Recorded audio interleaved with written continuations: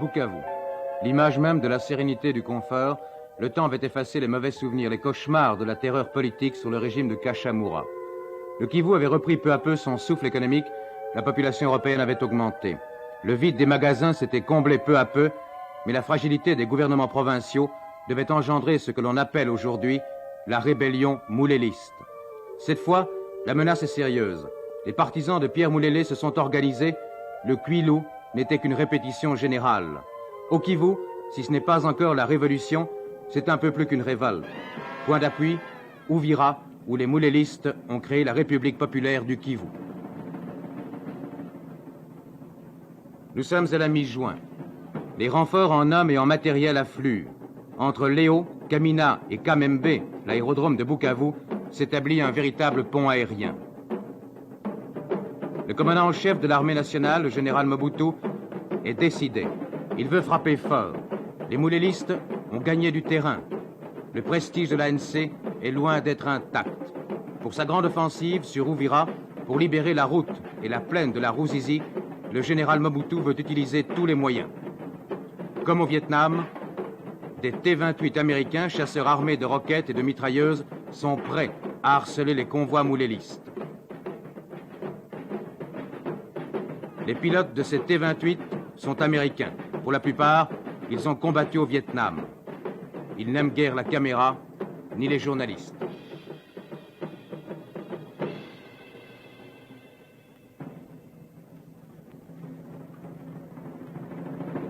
Au camp de Bagira, sur les hauteurs de Bukavu, les soldats du 8e et du 13e bataillon attendent l'ordre de passer à l'attaque. La présence du général Mobutu et la certitude d'un appui aérien stimulent ces hommes dont la volonté de combattre n'est pas des plus fortes.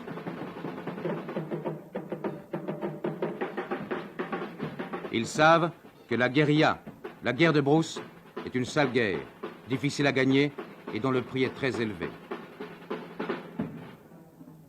Dernière proclamation du général Mobutu. Vous devez montrer, dit-il aux soldats, que vous n'êtes pas une armée pamba, c'est-à-dire une armée de rien du tout. Vous devez avoir du courage. Vous devez avoir aussi de la discipline pour montrer en Europe que vous êtes capable de maintenir l'ordre et que les casques bleus n'ont rien à faire ici. Les visages sont graves, souvent tendus. Dans quelques heures, il faudra se battre contre un ennemi bien armé, non seulement de machettes, d'arcs et de flèches, mais aussi d'armes automatiques, récupérées à l'ANC. Dernier préparatif, on charge les camions, réquisitionnés car l'ANC a attendu en vain les 60 camions militaires qui devaient arriver de Stanleyville.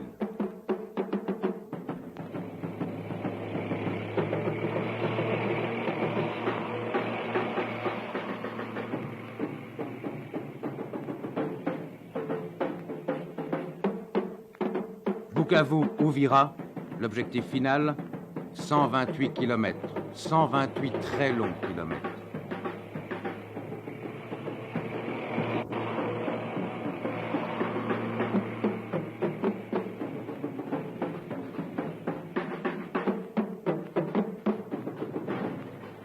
Le lendemain matin, après la première attaque, le général Mobutu et le colonel Moulamba, chef de la région militaire, n'ont trouvé qu'une armée en désordre. Au bord de la mutinerie, l'accrochage avec les moulélistes avait été violent.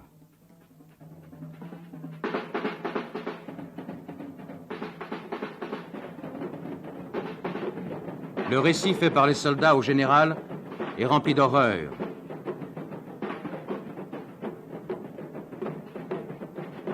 Dans les yeux, la terreur et la panique.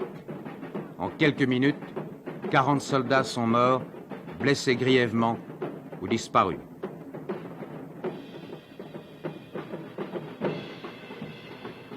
La bataille de la vallée de la Ruzizi était perdue avant même d'avoir vraiment commencé. Les très crispés, le général Mobutu joue une partie importante, peut-être sa dernière carte. On fait l'appel. Dans chaque section, dans chaque compagnie, il manque quelques hommes. Pour conjurer le sort, les soldats mettent des brins d'herbe autour du canon de leurs fusils. Les moulélistes ont leur dawa, leur médicament qui les rend invulnérables. Les soldats de l'ANC croient aussi à la magie. La route jonchée de cadavres. À gauche et à droite, cachés dans les bananiers, les tireurs d'élite moulélistes. Ils voient que le général Mobutu est là et qu'il y a des blancs avec lui. Coup par coup, pour économiser les munitions, les francs-tireurs moulélistes visent le général et essaient de nous atteindre.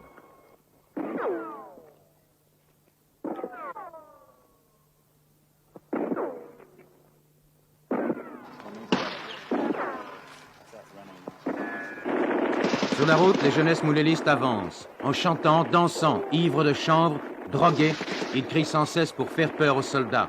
Moulez les mailles, vive Moulélé. Pour le général Mobutu, c'est un kit ou double. Son offensive doit réussir. Il prendra tous les risques, le désordre est à son comble. Les T-28 survolent la plaine et lâchent leurs roquettes.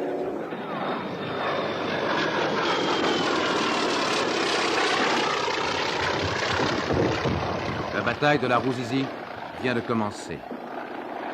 L'ANC dispose d'une puissance de feu énorme, mais en face, la résistance est très grande.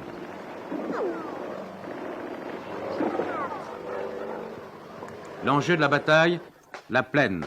Un pont miné suffirait à stopper l'avance de l'ANC. Mobutu lance l'attaque, il faut franchir le pont.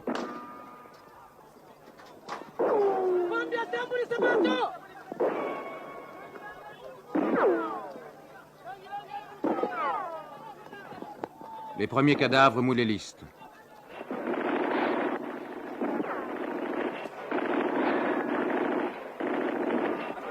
Nous avons avancé de quelques mètres.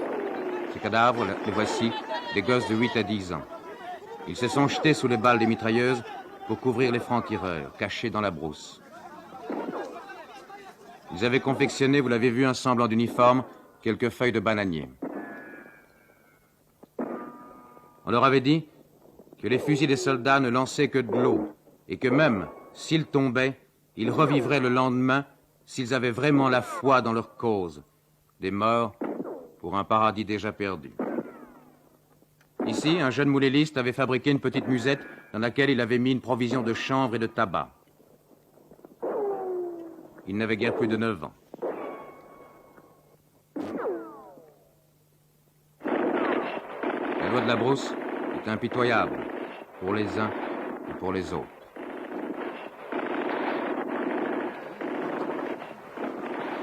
La progression est lente, 200 ou 300 mètres. Les soldats ont peur des guerriers embusqués, la machette à la main.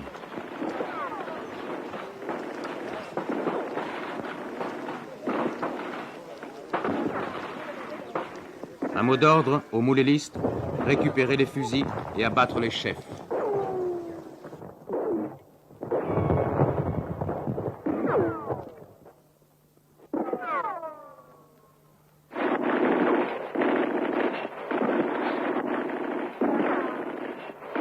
Sous l'impulsion énergique du général Mobutu, les soldats avanceront dans la brousse. Il y aura des corps à corps, des victimes de chaque côté.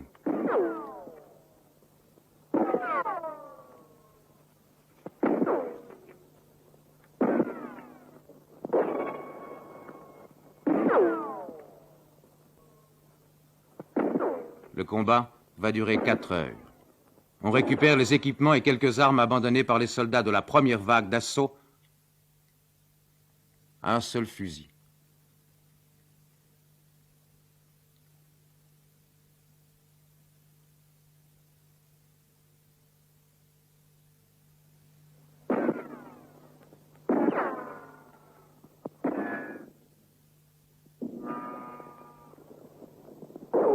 Le général Mobutu et le colonel Moulamba sont inquiets. Ils ne sont pas sûrs. On avance tout de même dans la brousse. La peur au ventre.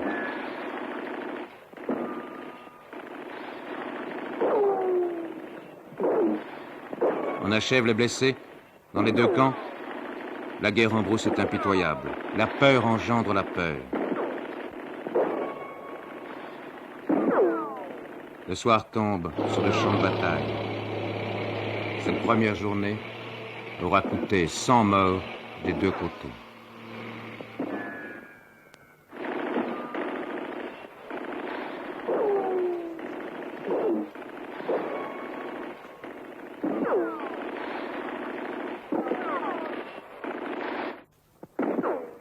Le lendemain et le surlendemain, on continue, très lentement. Le général Mobutu n'est plus là cette fois. Alors, les soldats ne cachent plus leur peur. Elle est parfois panique.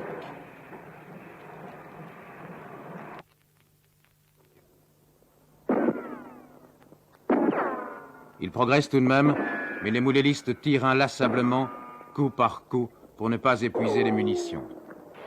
Ils sont là, présents, à gauche, à droite de la route.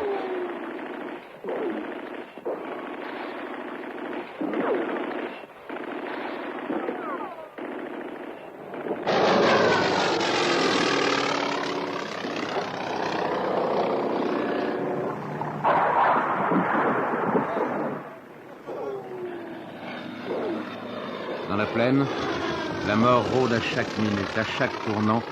Les moulélistes ont changé de tactique. Les soldats progressent, laissant un vide derrière eux. La brousse n'est pas occupée. Le piège se referme.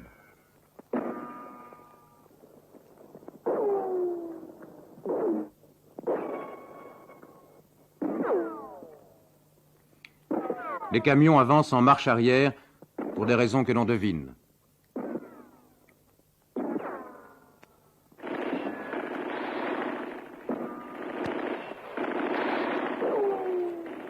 En 3 jours, l'armée nationale aura progressé de 6 kilomètres à peine.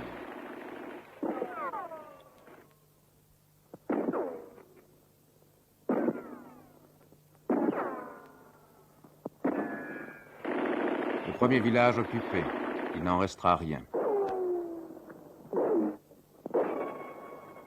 Sur une civière, on amène un soldat de l'ANC, le visage déchiqueté à coups de machette. Mêlé aux soldats, nous aussi nous connaissons la peur.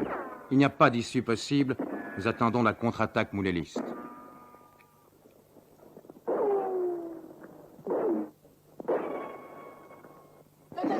Ceci explique cela. Un interrogatoire sur le vif, au combat. Probablement un villageois, un malheureux villageois, perdu dans cette bataille à laquelle il ne comprend rien.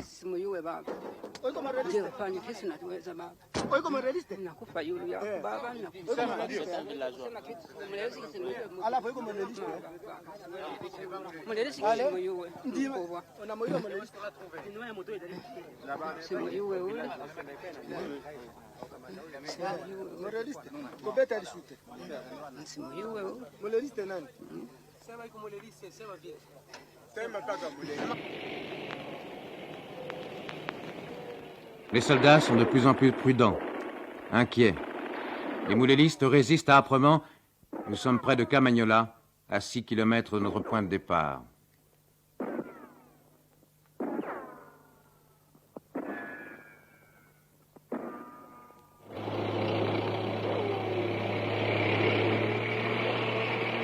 Derrière l'automitrailleuse, c'est la sécurité.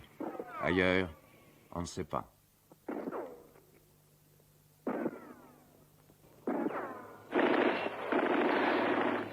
Soudain, venus des collines, les balles sifflent à quelques centimètres de nous.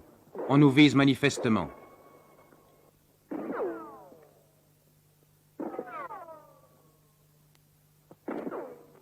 C'est la panique.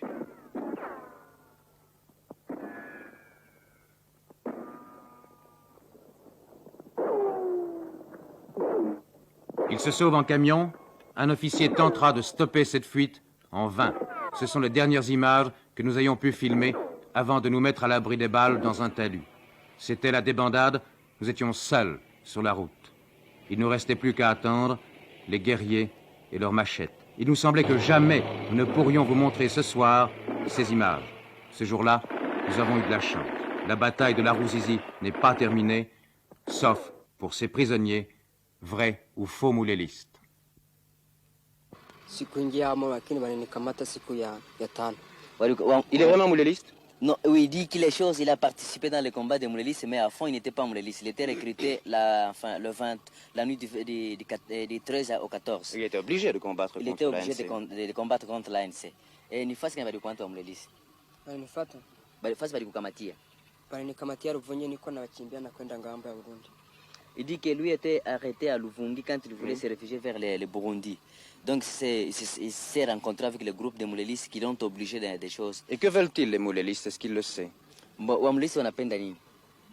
Wamuliste? Oui. Wamulera. Wanapenda kitu wanapigania ni kitu gani? Wanasema wanapigania wafanye gouvernement yao. Il dit que les Moulélistes se combattent avec les militaires pour pouvoir créer leur propre gouvernement. Donc ils sont contre le gouvernement actuel. Est-ce qu'ils ont peur des soldats? Est-ce que wanawoga wa askari? Wale wa Mlelisi wanawoga wa askari? Wanaogopa askari? Hawaogope lakini wanakufa aliko sibaogope. Il dit qu'ils n'ont pas peur des militaires malgré quelque chose, des lourdes pertes qu'ils subissent de jour en jour, mais ils n'ont pas peur des militaires. Ils n'ont pas peur, pourquoi? Parce qu'ils sont drogués aux chambres? Ni sababu kanafuta bangi ndio sababu wasikie wa militaire woga. Ni sababu kanafuta bangi ni juu ile wasikie hawana woga wa askari. Wanasema wanipatia dawa. Haba wakifika kuivita sibaye wanakimbia wanageuka nyuma. Ils disent c'est parce qu'ils ont eu le médicament qui leur dit que voilà, même si les militaires tiraient sur eux, ils ne savent pas plus être atteints de balles. Voulez-vous lui demander s'il était menacé d'être tué s'il ne marchait pas avec les moulélistes? Balikuambia sema kama nakatala kwenda kupigana watakuua au watakufunga. Nani Marandwala anasema kana tunakataa kuingia mwa hiyo chama yake, anasema natuhuha na watoto na babibi. Il nous a dit que si nous refusions d'aller les aider, il va nous tuer avec nos enfants et nos femmes. Et c'est pour ça qu'il a combattu les soldats pour ne pas être tué. Alors, leurs femmes ont... Oui. Il y a beaucoup de choses, beaucoup de gens qui ont pris fuite, à prendre fuite en brousse, mais ceux qui n'étaient pas prêts, n'est-ce pas, ils étaient arrêtés et puis mis sur les camions pour aller combattre aux militaires. Est-ce qu'il sait, lui, exactement ce que c'est Pierre Moulélé? Qui est Pierre Moulélé? Et ce que c'est le moulélisme? Donc, unajua bale bakusema kabila kaniko bale ba Mulelisi ba kweli asema banjo ba Mulelisi ni ba wapi ba ni batu gani? Nisi bajua lakini mkubaona na hapo tulikamatiwa ku Ruvungi. Ila bajinesi ni bafurero. Il dit qu'il ne connaît pas les Pierre Moulelisi, il les a vus seulement pour la première fois les 13. Donc, pour lui, les Pierre Moulelisi sont des bafouleros. En fait, parmi vos prisonniers, il n'y a pas de vrais moulélistes. Enfin, en tout cas, personne n'avoue être mouléliste. Non, mais moi, je sais parce qu'ils ont peur de nous, ils ne savent pas avouer qu'il était mouléliste. Parce que s'il dit qu'il était mouléliste, eh bien, il y aura... Qu'est-ce qu'on lui ferait alors? S'il dit je suis mouléliste, qu'est-ce que les soldats lui feraient?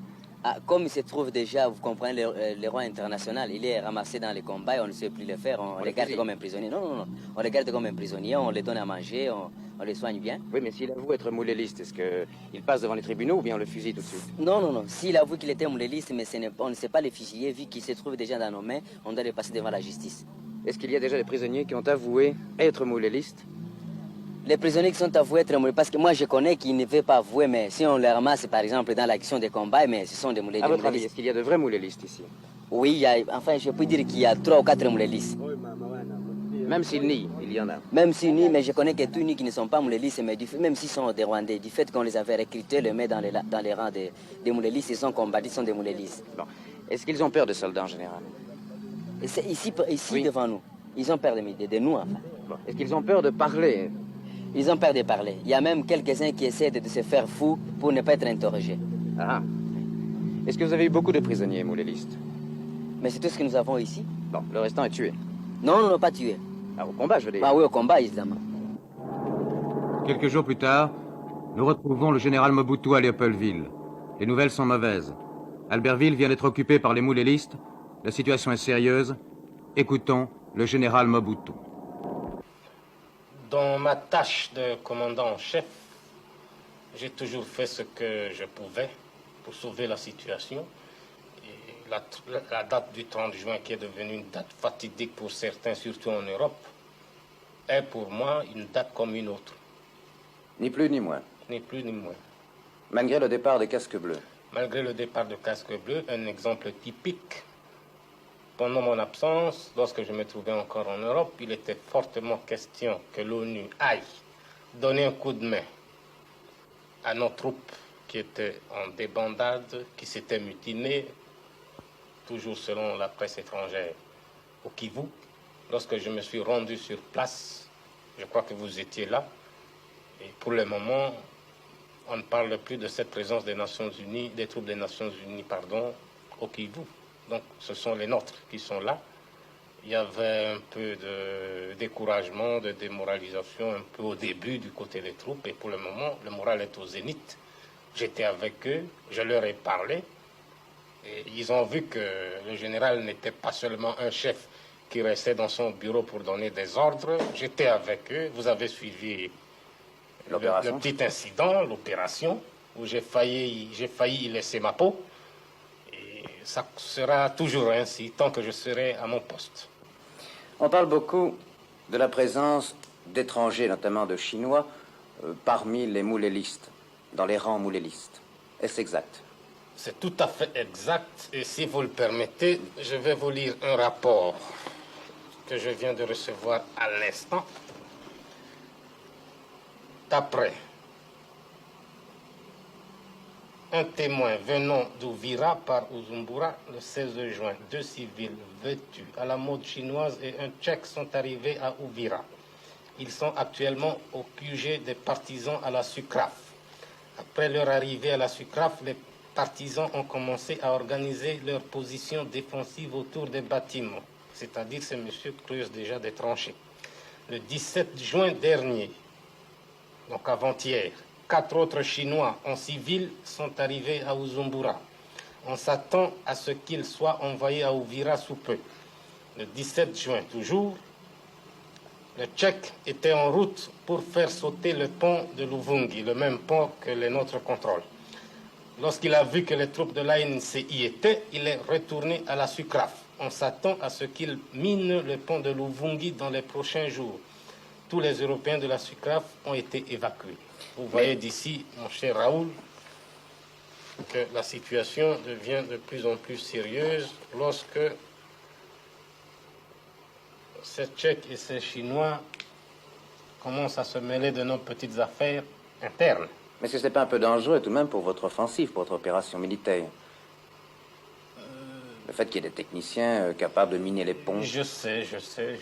Nous aussi, de notre côté, sur le plan officiel et ouvertement, nous faisons venir aussi des techniciens.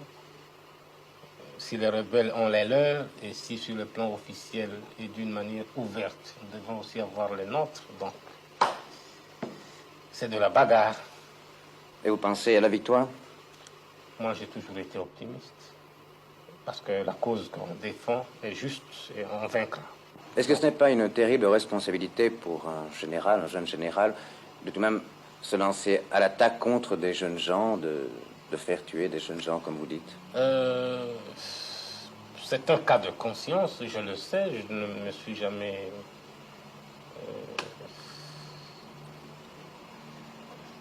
caché de cela. Caché, n'est-ce pas, de le dire. Mais qu'est-ce que vous voulez? Par tous les moyens, il faut sauver l'honneur de l'armée nationale. Et si j'ai été en première ligne, comme vous le savez, à partir de Bugarama jusqu'au Kamanyola avec mes hommes, c'était dans mon intention simplement ceci, prouver que la force reste du côté de l'ANC, pas du côté des rebelles. Est-ce que l'on peut compter a priori sur la force de l'ANC et sur la bonne marche de l'armée nationale congolaise? On a un peu trop exagéré sur cet aspect du problème. Lorsqu'il y a par-ci, par-là quelques défaillances, on généralise.